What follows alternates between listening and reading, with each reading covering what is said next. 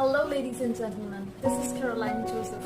Welcome back to my channel and welcome to another powerful session. Okay, so आज हम जिस topic पे discuss करने वाले हैं, बात करने वाले हैं, that is also related to one of our personality traits, जो हमारे एक personality trait से related है, right? So I'm gonna talk in today's session about emotional intelligence. Yes, जो आपका इमोशनल इंटेलिजेंस होता है वो कितना इम्पोर्टेंट होता है एक ओवरऑल अच्छी पर्सनालिटी बिल्ड करने के लिए, right? So we gonna start with today's topic and I would request you that ये वीडियो शायद थोड़ा सा लंबा होगा, बट आई रिक्वेस्ट यू कि इस वीडियो के एंड तक आप बने रहिए सो दैट इसकी जितनी भी टिप्स हैं वो आप ग्रैब कर सकें, right? Okay, so we'll start with a quote. Winners don't have the best of everything. They make the best of everything. Right? It is by Anthony Robbins. Right? Winners don't have the best of everything. They make the best of everything. Right? Alright. So in today's topic, we will be discussing about the importance of emotional intelligence. So you know, EQ, emotional intelligence, is a type of intelligence, you know, जो कि बताता है कि एक individual के अंदर कितनी ability है उसके अपने खुद के इमोशंस को कंट्रोल करने के लिए, उसके अंदर कितनी एबिलिटी है कि वो एक सिचुएशन पे कैसे खुद को खुद को प्रेजेंट कर सकता है, अपने इमोशंस कहाँ पे उसको किस तरीके से फिट करना है वो उसके ऊपर रहता है, राइट? कि कितना कितना कॉन्फिडेंटली वो उस चीज को प्रेजेंट कर सकता है. So this is all concerned with your emotional intelligence. We also call it EQ, right? Okay, so जो टेक्निकल नॉलेज होती है, technical knowledge alone is not enough for you to have a good all rounder personality. मतलब कि technical knowledge आपके पास है वो बहुत अच्छी बात है. That is also known as your IQ. आपका IQ लेवल बहुत हाई है, बहुत अच्छी बात है, लेकिन आपका EQ आपका इमोशनल इंटेलिजेंस भी उतना ही पैरेलली अच्छा और हाई होना चाहिए, right? I give you an example. बहुत से ऐसे लोग होते हैं, राइट, जो इतने अच्छे मैथमेटिशियंस होते हैं कि वो शायद सोते सोते भी बड़े बड़े सम्स को सॉल्व कर ले. Why?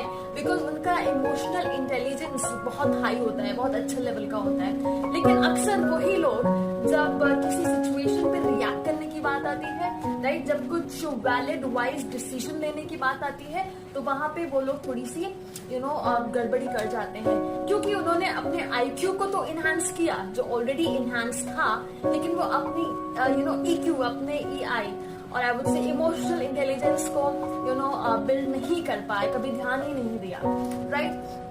Okay, so there's another quote. People with high EI make more money on an average than people with high IQ. क्योंकि जिनके पास हाई IQ होता है वो अच्छी बात है, वो प्रॉब्लम सॉल्व कर सकते हैं टेक्निकलिटी में, राइट? लेकिन जिनका EI भी अच्छा होता है, मतलब इमोशनल इंटेलिजेंस भी अच्छा होता है, उनके बहुत अच्छे टर्म्स होते हैं अपने कॉर्पोरेट सेक्टर में, अपने बॉसेस से, अपने कलीग से, राइट? सो उनको इस चीज से एडवांटेज मिलता है कि उनके कनेक्शंस अच्छे बिल्ड होते हैं, एंड जब उनके कनेक्शंस अच्छे बिल्ड होते हैं तो ऑटोमेटिकली उनके लिए प्रमोशन के चांसेस होते हैं. अगर वो बिजनेस मैन या वुमेन है तो उनके लिए अच्छे क्लाइंट्स बिल्डअप करने के, अच्छे चेन्स बिल्डअप करने के चांसेस होते हैं. सो यहाँ पे we will discuss in a little detail about emotional intelligence and your IQ, right? So okay, again I would say कि आप इस वीडियो के एंड तक बने रहिए, just don't turn it off, क्योंकि अभी बहुत आगे बहुत अच्छी बातें, बहुत अच्छी टिप्स मैं आपको देने वाली हूँ जिससे you will be able to enhance your personality. Okay, right? So हमारे ह्यूमन बॉडी में जो हमारा ब्रेन होता है वो दो पार्ट में डिवाइडेड होता है. Number 1 is your rational brain, you can note it down, and second is your emotional brain. So जो रेशनल ब्रेन है उसको हम IQ बोलते हैं, और जो इमोशनल ब्रेन है उसको हम EQ बोलते हैं. जो रेशनल ब्रेन होता है वो it gives rise to your reasons. जैसे सर्टन कोई मैंने सम आपको दिया, कोई मैथमेटिशियन सम दिया, कोई फिजिक्स का सम दिया, केमिस्ट्री की इक्वेशंस दी, राइट. तो वहां पे वो बिकॉज आपका रेशनल ब्रेन बहुत एक्टिव है, बहुत अच्छा है, तो आप उसको you will try to find reasons कि ऐसा क्यों हुआ, कैसे नहीं हुआ, तो you will lead out to a solution, right. Whereas अगर आपका जो इमोशनल ब्रेन है वो अगर ज्यादा एक्टिव है तो it will give rise to your gut feeling. Gut feeling कहते हैं ना कि यार मुझे फील हो रहा है कि यहाँ पे कुछ अच्छा नहीं है, मुझे फील हो रहा है कि मैं अगर ये चीज चूज करूंगा तो ये बेटर होगा. Why? Because your emotional brain is hyper active. So having a good personality इन दोनों का म्यूचुअली अच्छा होना बहुत जरूरी है. मतलब रेशनल ब्रेन का और आपका इमोशनल ब्रेन का पैरेलली म्यूचुअली अच्छा होना, एक्टिव होना बहुत जरूरी है. Okay, so they need to work mutually, right.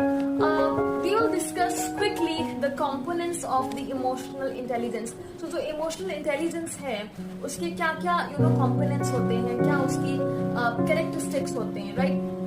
So एक रिसर्च हुई डॉक्टर गोलमैन के द्वारा, बहुत पहले एक रिसर्च हुई.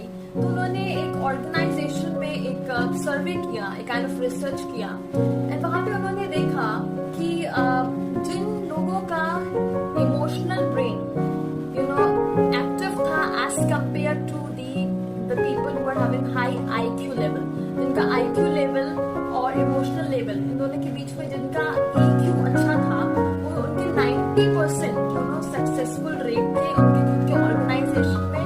उनके 90% प्रमोशनल हिस्ट्री थी उनके खुद के ऑर्गेनाइजेशन में.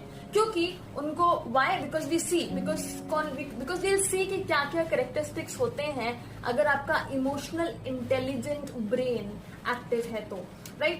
सो we'll quickly see this. So it will be divided into 2 parts.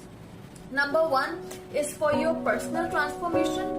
जो इमोशनल इंटेलिजेंस है, ध्यान से सुनिए, जो इमोशनल इंटेलिजेंट ब्रेन है वो नंबर 1 जो डिवाइडेड होता है वो आपके पर्सनल ट्रांसफॉर्मेशन के लिए होता है, और सेकंड जो होता है वो आपका सोशल रिलेशनशिप बिल्ड करने के लिए होता है. सो जो पर्सनल ट्रांसफॉर्मेशन में आपका आता है सबसे पहले self awareness. Now when I से सेल्फ अवेयरनेस मतलब खुद की एबिलिटी पे शक नहीं करना, खुद की एबिलिटी पे कॉन्फिडेंट होना, right. Making decision mutually, right, कि किसी को बुरा भी ना लगे और खुद के लिए भी वो एडवांटेजेस हो. अपनी स्ट्रेंथ और वीकनेस पता होना, that is called self awareness. Then second comes self management और self regulation. You can note it down if you want. Self regulation या self management means that you know कि अगर मैंने कोई टास्क लिया है तो उसको मुझे इस टाइम पे खत्म करना है. Those people work with a deadline, और जहाँ पे डेडलाइन दिमाग में होती है वो टास्क कंप्लीट होता ही होता है, right. Number 3 is your personal motivation. जिनका EQ इमोशनल इंटेलिजेंस हाई होता है, राइट, वो पर्सनली मोटिवेटेड होते हैं. वो कुछ भी एक ऐसी पर्सनल ट्रांसफॉर्मेशनल क्लास ज्वाइन करेंगे, इस तरीके की वीडियोस देखेंगे, राइट. वो ऐसी बुक्स पढ़ेंगे जिससे उनका ब्रेन जो है या वो खुद के जो उनका गट्स है, राइट, वो हमेशा मोटिवेटेड रहे. Now comes the second point of emotional intelligent brain is your social relationship, या आपके social contacts कैसे build होता है अगर आपका emotional intelligent brain hyper active है या properly active है. So number 1 is your empathy. So when I say empathy means, जिनको नहीं पता है उनको मैं बता दूं, empathy means किसी की जगह पे खुद को रख के सोचना, किसी की जगह पे खुद को रख के देखना. तुम खुद को मेरी जगह पे रख के देखो तो तुम्हें पता चले कि कैसा लगता है, right. So this is what empathy means, right. And then comes your after empathy comes your relationship skills. Obviously अगर आपके पास अच्छी एम्पैथी होगी तो आपके जो रिलेशनशिप्स हैं, जो रिलेशनशिप स्किल्स हैं, जो कम्युनिकेशन है आपके सराउंडिंग में वो अच्छी होगी, राइट. आपके जो कॉन्टैक्ट्स होंगे वो आपसे हेल्दी बात करेंगे, आपसे खुश होंगे, आपसे you know they will feel good around you, right. So this is what it is. And जो हाई EI के जो बंदे होते हैं, जो you know people with high EI emotional intelligence, they are adjustable in the situation. वो कभी भी किसी सिचुएशन को देख के मुंह नहीं बनाएंगे कि नहीं मैं यहाँ नहीं काम कर सकती, मुझे अच्छा नहीं लग रहा है, I can not be here, और यू नो मैं ये टास्क कंप्लीट नहीं कर सकती, ये मेरे से नहीं होगा. They never say this. वो कुछ ना कुछ करके उन्हें अपना काम बना लेते हैं, राइट. एंड उनकी लाइफ में जो है जो एथिक्स, जो वैल्यूज होती हैं वो बहुत मैटर करती हैं. I'll pause it a bit. Please इस वीडियो के अंत तक बने रहिए सो दैट हम आगे जो रैप अप होने वाला है उसको हम अच्छे से और सुन सके, और जो टिप्स मैं आपको और आगे देने वाली हूँ उससे आप मोटिवेटेड होके जा सकें. ओके, सो जो जिनका EI लेवल बहुत हाई होता है, राइट, उनके अंदर एक वैल्यू की इम्पोर्टेंस होती है, एक एथिक्स, एक मॉरल की इम्पोर्टेंस होती है, राइट. वो उनको पता है कि वो जो कर रहे हैं वो सही है, because they have a set of a value, right, जिसको वो फॉलो करते हैं एंड उसके अकॉर्डिंगली वो डिसीजन लेते हैं. And most of the time वो डिसीजंस एक्चुअली सही होते हैं, right. Okay, then they care about their image and also others image. एक एग्जाम्पल मैं आपको देती हूँ. ऐसे बहुत से लोग होते हैं जिनको किसी गलत बात पे गुस्सा आता है लेकिन वो रिएक्ट नहीं करते, क्योंकि सबसे पहले उनको अपनी इमेज का ख्याल होता है कि अगर मैं भीड़ में शाउट करूंगा तो मेरी इमेज खराब होगी, और इसके साथ ही उनको दूसरे की इमेज का भी ख्याल रहता है कि सामने वाले की भी इमेज मेरी वजह से खराब होगी. सो इट्स बेटर कि मैं अकेले में जाके इस चीज को सॉल्व कर सकूं, right.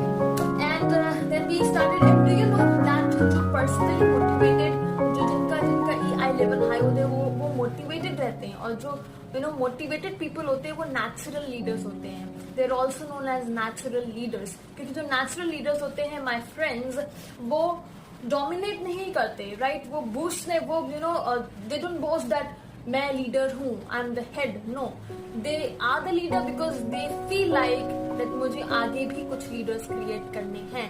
That's how they lead, that's how they are naturally leaders, right.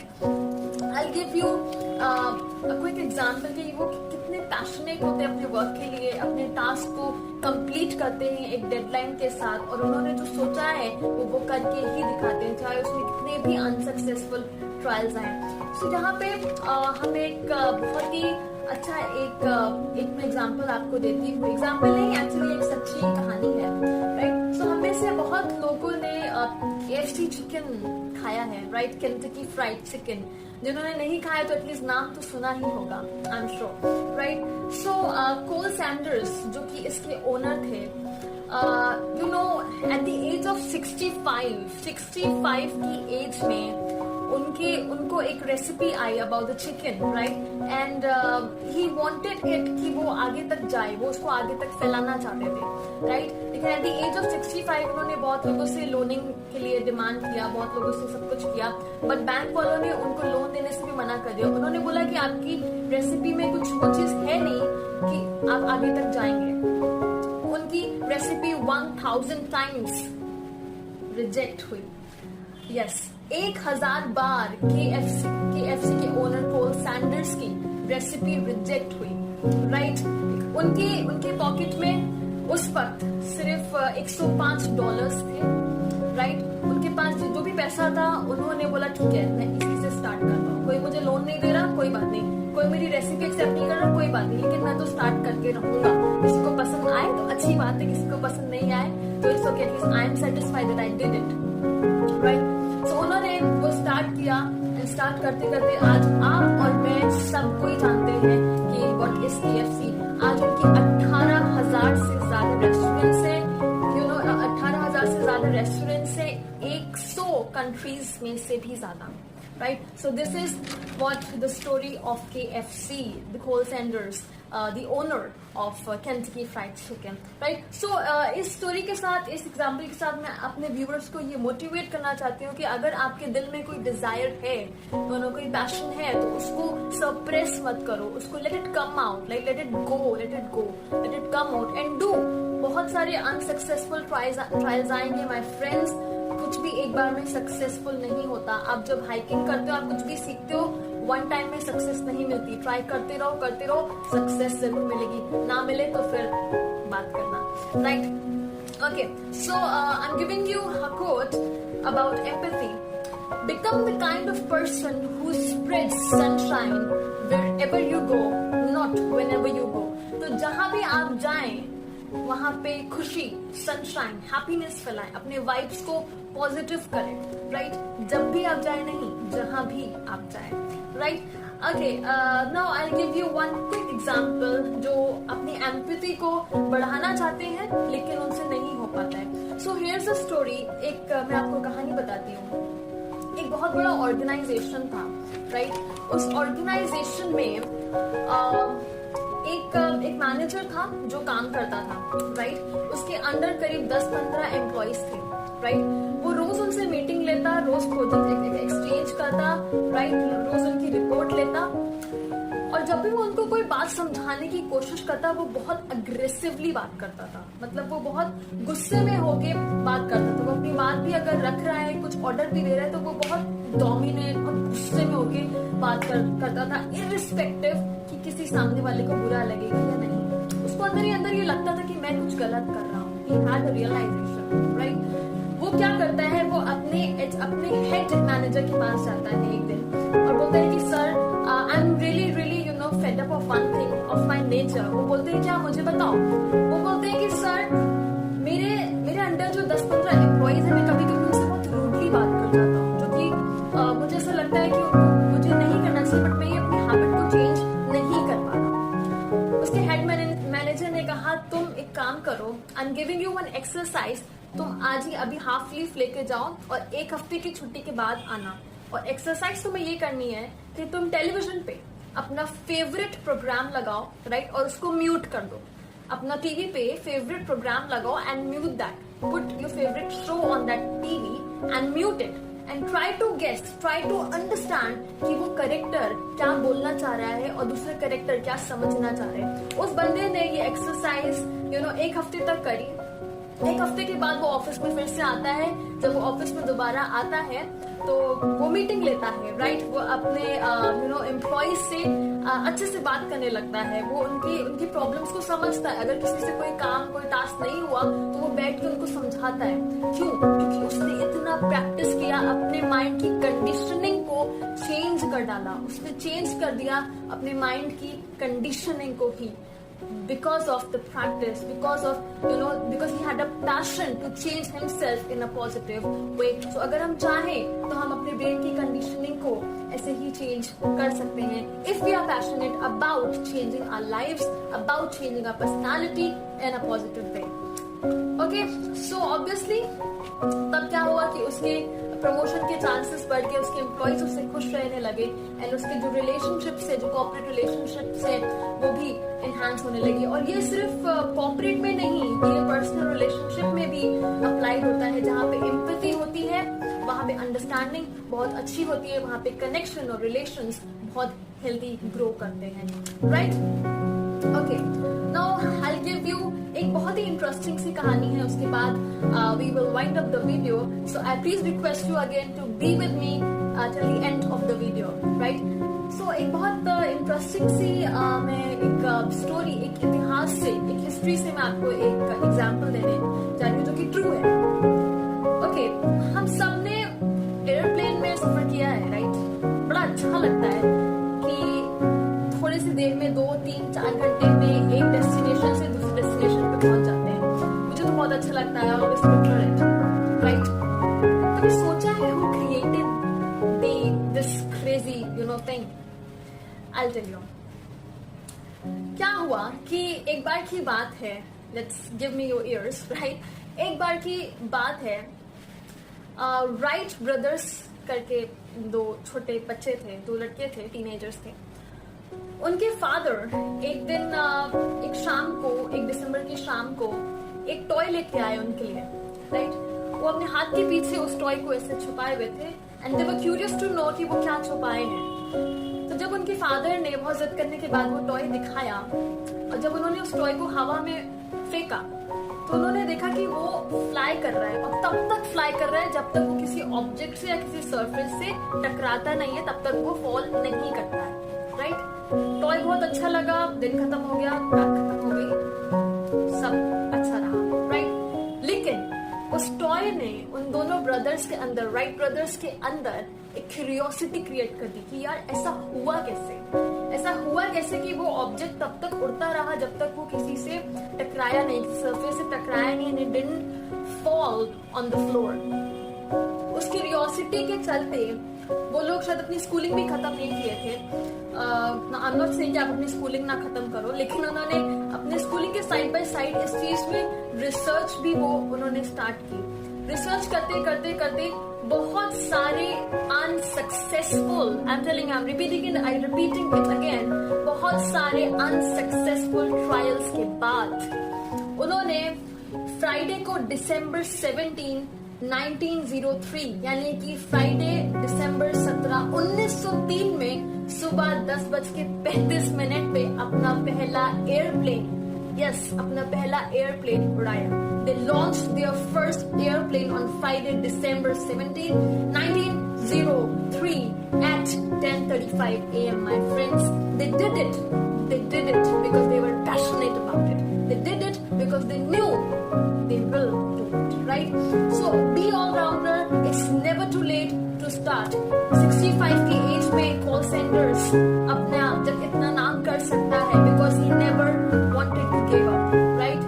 छोटी सी उम्र में जब राइट ब्रदर्स इतनी अच्छी इन्वेंशन कर सकता है, जिनकी वजह से आज इतने सारे एयरपोर्ट्स हैं, जिनकी वजह से आज इतने सारे कन्वीनियंस है, एयरप्लेन से एयरबसेस भी हम उनको बोलते हैं, right. So be that changer in your life, of your life, right? So that's why I say that's why this is my slogan, my dear friends, that be the game changer of your life. अपनी जिंदगी का game changer बन के दिखाओ और एक example खुद के लिए भी create करो। And don't just preach, walk your talk. सिर्फ बोलो मत, करो भी।